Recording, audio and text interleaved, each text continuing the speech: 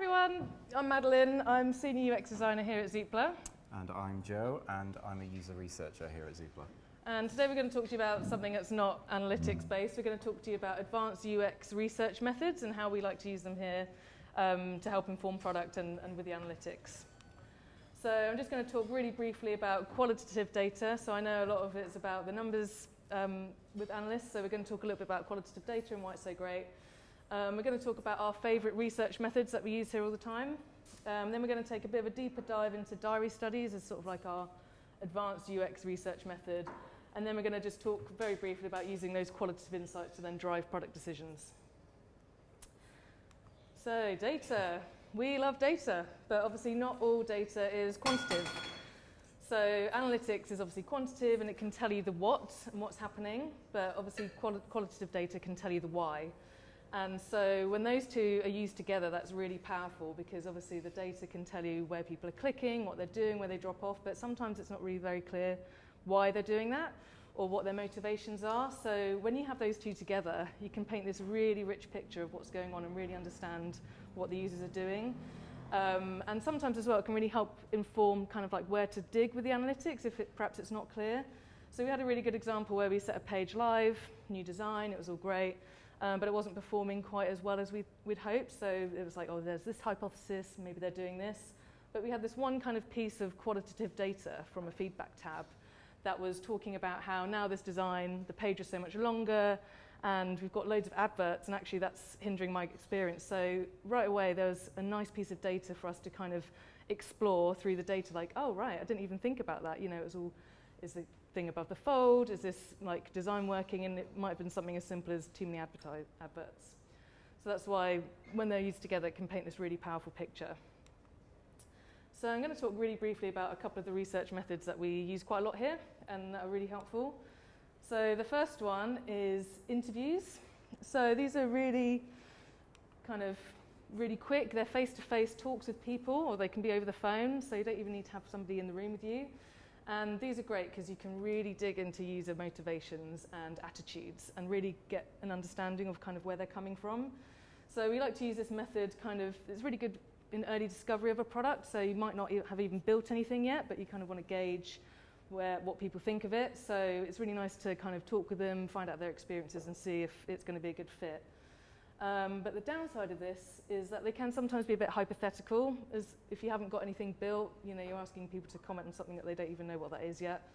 Obviously, what users say can sometimes be very different from what they do, as I'm sure you're very aware. So they might say, oh, I hate using that, but it gets 1 million clicks. So, you know, obviously, sometimes there's a bit of a disparity there. And obviously, people's memories are fallible, so sometimes people don't recall things correctly, or they kind of remember them in a different way than they actually happened. So interviews can be really good, but they do have their limitations.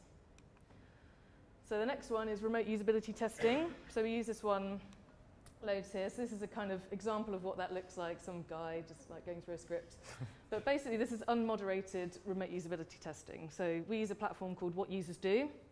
And you can upload a link or a prototype and you can get people to go through a whole end-to-end journey. So this is really good for watching people go through flows, if they've got any problems, where their sticking points are. So you might see in a conversion funnel that people are dropping off somewhere, but you might not really understand why. And you can run it through a program like this and just see where people struggle, if they struggle, perhaps there's a bug that you didn't identify, perhaps they don't understand something. So this can be really good for catching those kinds of things.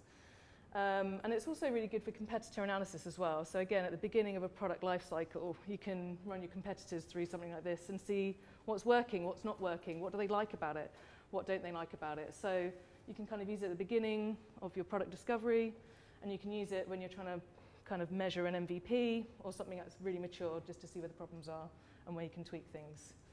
And it can be used anytime.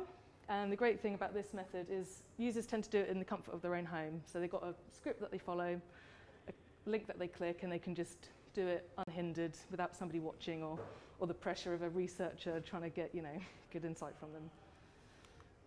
And now I'm going to hand over to Joe to talk about some other methods that we use. Thanks, Maddie. So another way that we can run usability tests is in our lab. So we're really lucky here in that we actually have a lab downstairs. And this is great because it enables us to be able to actually bring in users and we can show them designs we're working on, prototypes, And similar to the remote test, we can get them to go through a script and see if they're actually able to do what we want them to be able to do. It's really good because it gives us a bit more flexibility, so we can combine it with other research methods, so we can do things like interviews at the same time. And it's really good for getting stakeholders involved as well. So we actually have kind of a creepy one-way mirror, so it's kind of like an interrogation room almost, and stakeholders can be behind that glass and actually watching the session, so that's really good. People do know they're being observed though, so yeah. So this is our lab. This is not the most ideal environment for a lab. So compared to a remote test, there's a lot more that we have to be mindful of in ensuring we don't bias the data. So as I said, people know they're being observed, but we can't make that incredibly obvious, like it is in this picture with the really creepy man behind the glass. And as participants as well, we want to make sure our participants are representative of the population that we're looking at. I'm the participant here, so I'm probably not the best person to be using. And also our moderator, you can see she's kind of aggressively pointing at the phone, so potentially some leading behavior there relating to the design, which we don't want because obviously we want to be getting at the truth. But the thing that we want to talk to you about today is actually diary studies. So what is a diary study? So a diary study is a qualitative longitudinal method, so we're collecting data over time method. And the really good thing about this, and this is something that we've dabbled in quite recently, is that we can capture some really rich qualitative insights about our users. So it basically involves getting people to record a diary of their experiences. Obviously it's 2018, so we're not getting people to actually use a pen and paper. We record them in digital form. Why did we do a diary study? So we noticed that we were lacking in quite rich information about our renter audience, and we decided this could be a good opportunity to learn a bit more about them by doing a diary study. We wanted to get kind of a holistic picture of their journey, so thinking about when they're looking for a property, what are their frustrations, what are their pain points, and we didn't want to focus on a particular website, so we didn't want to be inward looking too much and just thinking about Zoopla. So we wanted to see if there were any themes across different types of people. So how did we collect diaries? So essentially, participants sent us WhatsApp messages whenever they did anything that was property related. So that could be anything from going to a viewing to just browsing properties online and talking to a friend about it. And we asked them to structure these messages kind of loosely. So we asked them to say where they were, what activity they were doing, how they felt and what they were planning to do next. And that just helped give us quite a nice, well-rounded nugget of insight. So WhatsApp was really convenient because, you know, as I'm sure most of you have your phones on you, you have WhatsApp. It's quite easy to just whip it out and send a message. And this is really good because it meant that there's less opportunity for people's memory to degrade. So when we're getting those insights, it's in the moment and we can be more sure that they're reliable, essentially. So I have here an example of a conversation with a participant sending us activity logs. So as you can see, this person went to a viewing and it didn't turn out so well. So there was mold all over the walls and previous tenants had obviously trashed the place. It stank of eggs. Not a great experience. Even though it's only one example, you can see that this is quite rich in detail. So we did obviously run plenty of other diaries, but some of the things you can see here were common to other people's diaries as well. So just to take a few examples, there's a sense of kind of unmet expectations about going to a viewing. There not being enough photos of the property. Also seeking reassurance from family members, and there's an allusion to maybe an alcohol problem at the end. Pass you back to Maddie. Thanks. So we've got all these really great insights, this really rich data. So then how can we use that and how can that feed into the product lifecycle? So in our example, it gave us a really good understanding of renters and that they're actually quite different to buyers. So before we'd always done this kind of buyer's journey and kind of made it fit for renters, but actually this study really highlighted how different their experiences are and how they've got really different needs, and actually they need a much more bespoke journey than we're probably giving them. And so by doing this piece of work and finding these insights, that will hopefully help inform our future design decisions and our product innovation, which can then, you know, feed through. And also, to Joe's point, we can see real pain points. You know, we can see these things that are happening and these common themes that are running across all our participants.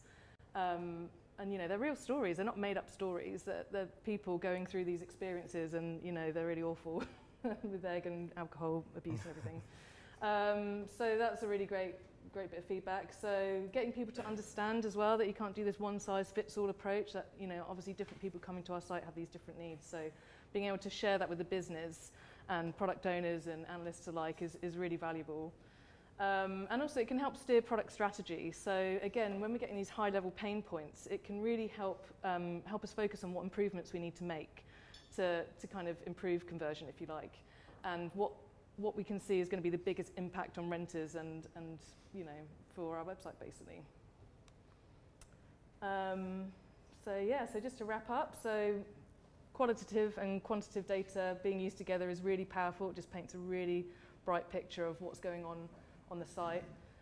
We love to use interviews, remote usability testing, and the lab. And of course, if you want to go a bit deeper and get some higher level kind of insights, a diary study is a really great way to do that, because you get these super rich insights and a fresh perspective. And hopefully that will lead to better products. Thank you.